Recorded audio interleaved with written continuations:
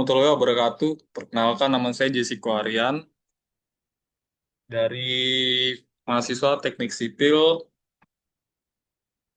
semester 2. Saya di sini ingin mempresentasikan tugas kewirausahaan yang berjudul Pentingnya Pengembangan UMKM di Masa Kini sebagai salah satu pilar perekonomian di Indonesia dan kesejahteraan umum.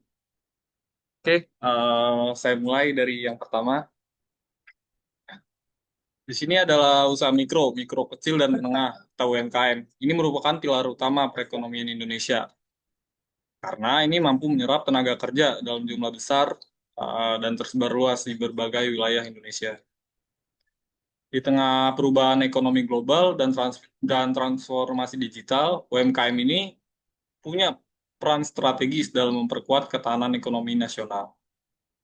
Lalu yang kedua, pemilihan topik ini dilatar belakangi oleh pentingnya pengembangan UMKM untuk menjawab tantangan zaman serta mendukung pemerataan kesejahteraan masyarakat melalui inovasi dan digitalisasi.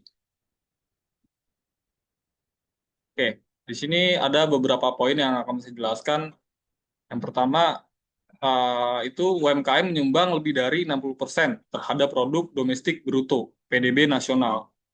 Poin kedua, UMKM ini menyerap sekitar 97% tenaga kerja Indonesia.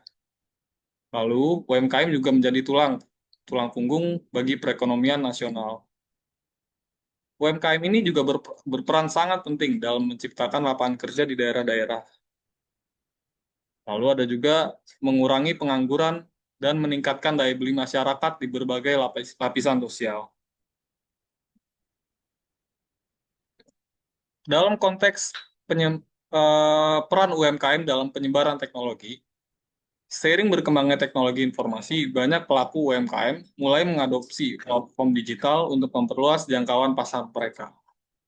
Melalui sosmed, marketplace, website pribadi, dan pelaku UMKM ini juga menjangkau konsumen secara nasional hingga global. Adapun tantangan UMKM saat ini bisa terbagi menjadi tiga nih, keterbatasan akses biaya, pemasaran digital, dan persaingan yang meningkat. Keterbatasan akses biaya yang saya maksud adalah beberapa orang yang mencoba terjun ke bidang ini selalu terkendala dengan akses pembiayaan dan modal awal. Pemasaran digital juga mengalami rendahnya kesadaran bahwa digital marketing itu sangat berpengaruh pada UMKM yang dijalankan.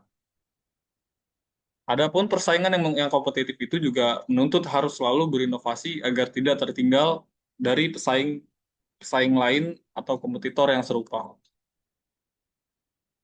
Di sini juga saya akan menjelaskan tentang dukungan pemerintah dan swasta yang sangat sangat berperan penting dalam pengembangan UMKM saat ini.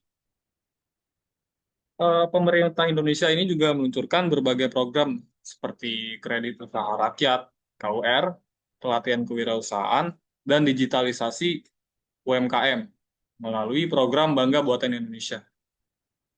Adapun juga sektor swasta seperti e-commerce dan startup turut berkontribusi dalam mendampingi UMKM melalui pelatihan, promosi bersama, hingga integrasi teknologi dalam operasi bisnis. Adapun strategi pengembangan UMKM itu akan saya jelaskan sebagai berikut. Untuk dapat bertahan dan berkembang, UMKM juga perlu menerapkan strategi yang berorientasi pada inovasi produk diversifikasi pasar. Lalu, kolaborasi dengan berbagai pihak seperti komunitas bisnis, akademisi, dan pemerintah juga sangat sangat penting, dan ini juga menjadi kunci dalam menciptakan ekosistem UMKM yang sehat dan berkelanjutan.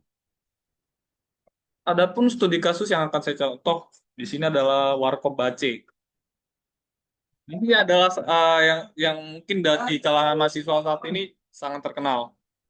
Salah satu contoh suksesnya itu uh, meningkatkan omset secara signifikan melalui promosi aktif di media sosial dan penjualan di marketplace.